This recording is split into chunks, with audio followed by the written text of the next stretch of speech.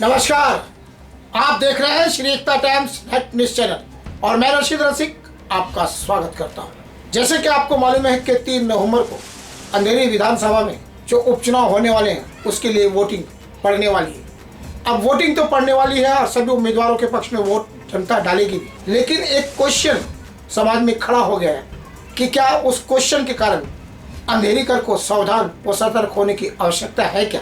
इसी प्रश्न का उत्तर जानने की कोशिश करेंगे हम।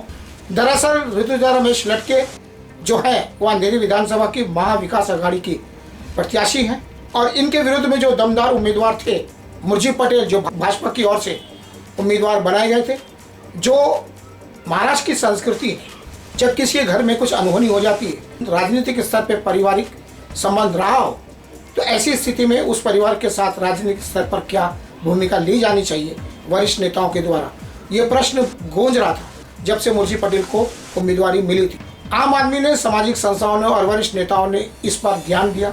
श्री एकता टाइम्स ने भी एक मुहिम चलाई थी जिसमें जो नगर सेवक है, पूर्व नगर सेवक सुभाष सावंत ने स्पष्ट कहा था कि ऋतुजा रमेश लड़के को तो खड़े होने की जरूरत ही नहीं थी, उनको निर्विरोध चुनाव के दे देना चाहिए था। इसी तरह प्रमोद सावंत जो शिवसेना के अंधेरी के संगठक प्रमुख है, उन्होंने भी श्री एकता टाइम्स के इंटरव्यू देते हुए कहा कि श्रीमती ऋतुजा लड़के को निर्विरोध चुन के दे देना चाहिए था, लेकिन ये चुनाव हो रहा है जो सही नहीं है। धीरे धीरे बात इतनी ऊंचाई पर गई और लोगों ने उसको हाथों हाथ मुद्दा बना दिया और राज ठाकरे साहब और शरद पवार जी उनको भी अपनी भूमिका लेनी पड़ी और इतना बड़ा माहौल हो गया कि अंधेरी चर्चा का केंद्र बन गया।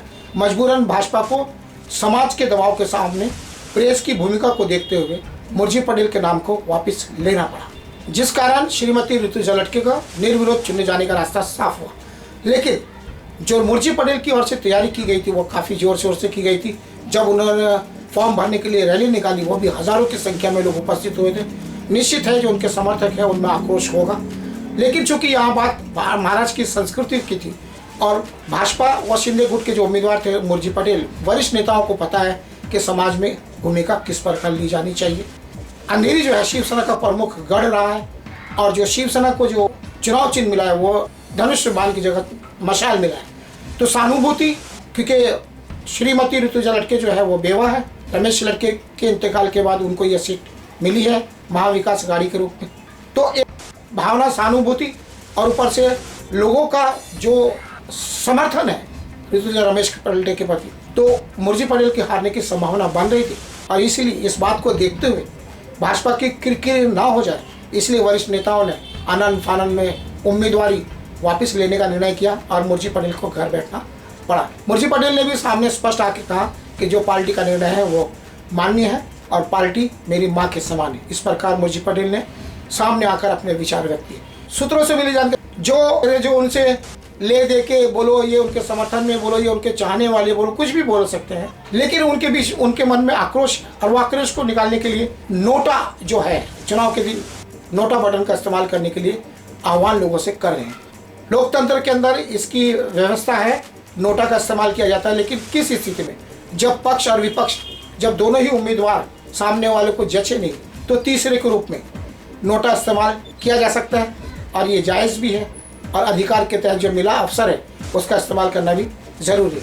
लेकिन एक बेवा और जो एक महाराष्ट्र की सभी पार्टियों ने निर्विरोध चुने जाने का रास्ता साफ करते हुए उनकी उम्मीदवारी का विरोध नहीं किया और खुला मैदान छोड़ दिया, उसके बावजूद भी अपनी पार्टी के सिद्धांत और महाराष्ट्र की संस्कृति को नजरअंदाज करके आखिर वो कौन से स्वार्थी व लालची लोग हैं, ऐसे वो कौन से लोग हैं जो महाराष्ट्र में रहते हुए महाराष्ट्र की संस्कृति को, महाराष्ट्र की सभ्यता को नजरअंदाज करते हुए, उसको नकारते हुए जो श्रीमती ऋतुजा लटके निर्विरोध चुने जाने की स्थिति में होते हुए भी महाविकास आघाड़ी के नेताओं के समर्थन से जीतने जा रही है, उसके अंदर बीच में आक्रोश दिखाने के लिए नोटा का इस्तेमाल करने की बात कर रहे हैं। हालांकि मुर्जी पटेल ने इस बारे में साफ तौर पर अपनी ओर से कुछ नहीं कहा, लेकिन जो उनके समर्थक लोग हैं वो इस प्रकार की हवाएं फैला रहे हैं, अफवाह फैला रहे हैं।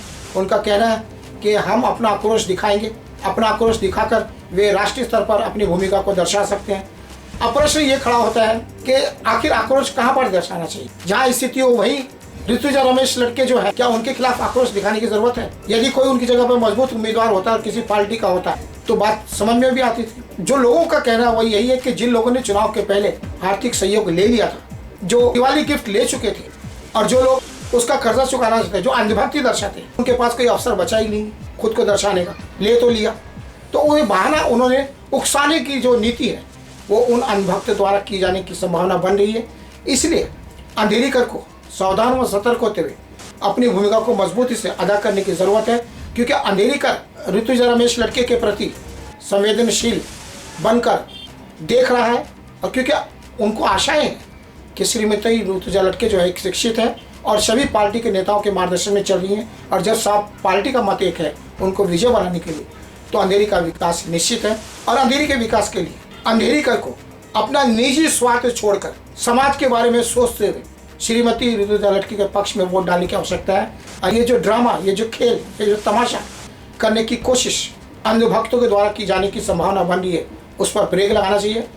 होना तो ये चाहिए कि मुर्जी पटेल को बड़ा दिल दिखाते हुए, जैसे उनके नेताओं ने अपनी नीति के तहत उनको घर बिठा दिया, लेकिन उन पे कई लाशन लगे हैं, क्या हुआ ये तो स्थिति बात की बात है, लेकिन वे भी यहाँ अपना बड़ा दिल दिखाते हुए एक अपनी भूमिका को साफ सुथरी बना सकते हैं। अपनी इमेज में चांद सितारे तो नहीं कहेंगे, अपनी इमेज में ज़रूर इजाफा कर सकते हैं अच्छाई के रूप में। तो मुर्जी पटेल को स्पष्ट आना चाहिए और करना चाहिए कि हम नोटा का विरोध करते हैं। जो हमारे वरिष्ठ नेताओं ने सहयोग किया है उसको हम स्वीकार करते हैं, और ऋतुजा रमेश लड़के बखूबी जीत कर आए। जब 2.5 साल बाद चुनाव आएंगे तो हम फिर अपनी किस्मत आजमाने की कोशिश करेंगे। इस प्रकार का दिल, इस प्रकार का विचार यदि मुर्जी पटेल स्वयं उपस्थित होकर सामने आकर कहें तो निश्चित तौर पर अंधेरी के जो शिक्षित समाज के लोग हैं, सामाजिक लोग हैं, और जो राजनीति को स्वच्छ दृष्टि से देखते हैं, उनको भी समझ में आएगा कि आखिर मुर्जी पटेल का व्यक्तित्व कैसा है। चमचों का क्या है, चाय से ज़्यादा केतली गर्म होती है, और ये चमचे ही हैं जो खनक खनक कर किसी की अच्छी इमेज को भी खराब करने की कोशिश करते हैं, क्योंकि उनको खुद का पेट भरना है, उनके खुद के अस्तित्व को चमकाना है। वो जब तक चढ़ाएंगे नहीं तब तक उनको मिलेगा नहीं।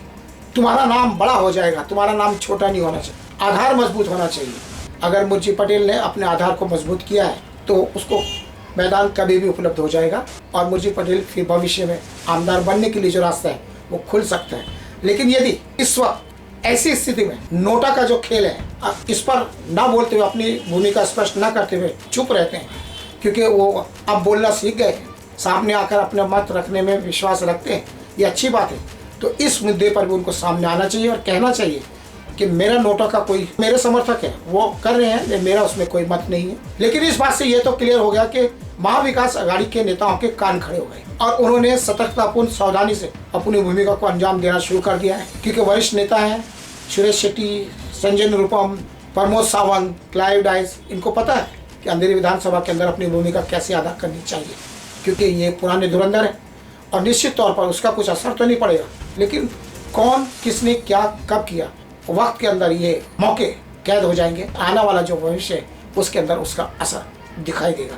हम यही कह सकते हैं कि सतर्क व सावधान होने की ज़रूरत है अंधेरी कर को, क्योंकि विकास का जो द्वार है वो खुलने वाला है। ऋतुजा रमेश लड़के के उनका जो चुनाव चिन्ह है मशाल, मशाल पर अपना बटन दबाए और नोटा जो ये हवा अफवाह जो फैला जा रही है उसको नज़रअंदाज करें। आक्रोश विरोध ज़रूरी है, ये उम्मीदवार पसंद ना हो, लेकिन किस उम्मीदवार की बात कर रही है? महाराष्ट्र की संस्कृति द्वारा दिया हुआ उम्मीदवार है। क्या महाराष्ट्र की संस्कृति के खिलाफ जाकर नोटा का इस्तेमाल करोगे? और जो नोटा का इस्तेमाल इस प्रकार करेंगे तो वो महाराष्ट्र प्रेमी नहीं, महाराष्ट्र द्रोही होंगे, महाराष्ट्र के खिलाफ करने वाले लोग होंगे। तो ये समझ लो कि आप नोटा का इस्तेमाल कर रहे हो तो महाराष्ट्र की संस्कृति का विरोध कर रहे हो। इस बात को ठीक से सोचने और समझने की आवश्यकता है। महाराष्ट्र की संस्कृति से यदि तुम प्यार करते हो और जो व्यवहार है राजनीति के अंदर उसको बनाए रखने में विश्वास रखते हो, तो फिर नोटा का जो ये ड्रामा है उसको ख़त्म करने में तनिक भी देर नहीं करनी चाहिए, और सतर्क व सावधान रहते हुए महाअघाड़ी के विकास नेताओं को जैसे कि वे अपनी भूमिका निभा रहे हैं उसके लिए नए रास्ते सफलता के, ये तरक्की के, ये जीत के खोलने में प्रयासरत हो जाना चाहिए। इतना ही कह सकते हैं कि जो भी हो रहा है अंतिम क्षणों में वह सही नहीं है नोटा को लेकर, इसलिए नए सिरे से सोचने और समझने की आवश्यकता है। लोग सोशल नेटवर्क पर और अंदर से भूमिका बना रहे हैं नोटा को लेकर, जिसको कतई उचित नहीं ठहराया जा सकता है। एक विशेष रिपोर्ट। नोटा नोटा नोटा, आजकल नोटा शब्द का इस्तेमाल ज़्यादा ही अंधेरी विधानसभा में होता नजर आ रहा है। दरअसल नोटा है क्या? नोटा शब्द का नाता चुनाव से है।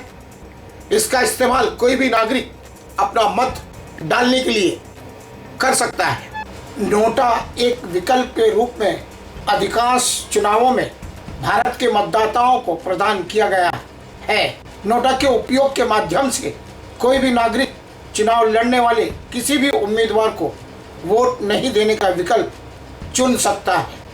हालांकि भारत में नोटा जीतने वाले उम्मीदवार को बर्खास्त करने की गारंटी नहीं देता है, इसलिए यह केवल एक नकारात्मक प्रतिक्रिया देने की विधि है। नोटा का कोई चुनावी मूल्य नहीं होता। भले ही नोटा के लिए अधिकतम वोट हो, लेकिन अधिकतम वोट उम्मीदवार अब भी विजेता ही होगा। कुछ साल पहले अगर चुनाव में खड़े हुए उम्मीदवारों में से कोई भी उम्मीदवार किसी मतदाता को काबिल नहीं लगता था तो मतदाता अपना वोट देने के लिए नहीं जाया करते थे और ऐसे में वो अपने मतदान का इस्तेमाल करने से वंचित रह जाते थे। लेकिन अब हमारे देश के नागरिकों को मतदान करते समय नोटा का विकल्प दिया जाने लगा है। चुनाव आयोग ने ऐसी व्यवस्था की है वोटिंग प्रणाली में कि एक ऐसा तंत्र विकसित किया जाए ताकि यह दर्ज हो सके कि कितने फीसदी लोगों ने किसी को भी वोट देना उचित नहीं समझा। इसका मतलब आप समझ रहे हैं, यदि कोई भी उम्मीदवार पसंद नहीं तो नोटा बटन का इस्तेमाल करके वो यह दर्शा सकते हैं कि इतने लोगों ने इन उम्मीदवारों को सही नहीं समझा, यानी कि नकारात्मक जो प्रतिक्रिया है वो यहाँ जग जाहिर हो रही है। नन ऑफ द अब्यू एक विकल्प के रूप में अधिकांश चुनाव में भारत के मतदाताओं को प्रदान किया गया है। नोटा के उपयोग के माध्यम से कोई भी नागरिक चुनाव लड़ने वाले किसी भी उम्मीदवार को वोट नहीं देने का विकल्प चुन सकता है। इसलिए नोटा का देखा जाए तो कोई मतलब नहीं रह जाता। यदि रह जाता है तो केवल नकारात्मक प्रतिक्रिया। इसलिए नोटा का बटन ना इस्तेमाल करके लोकतंत्र का बटन दबाया जाए तो ज़्यादा बेहतर होगा।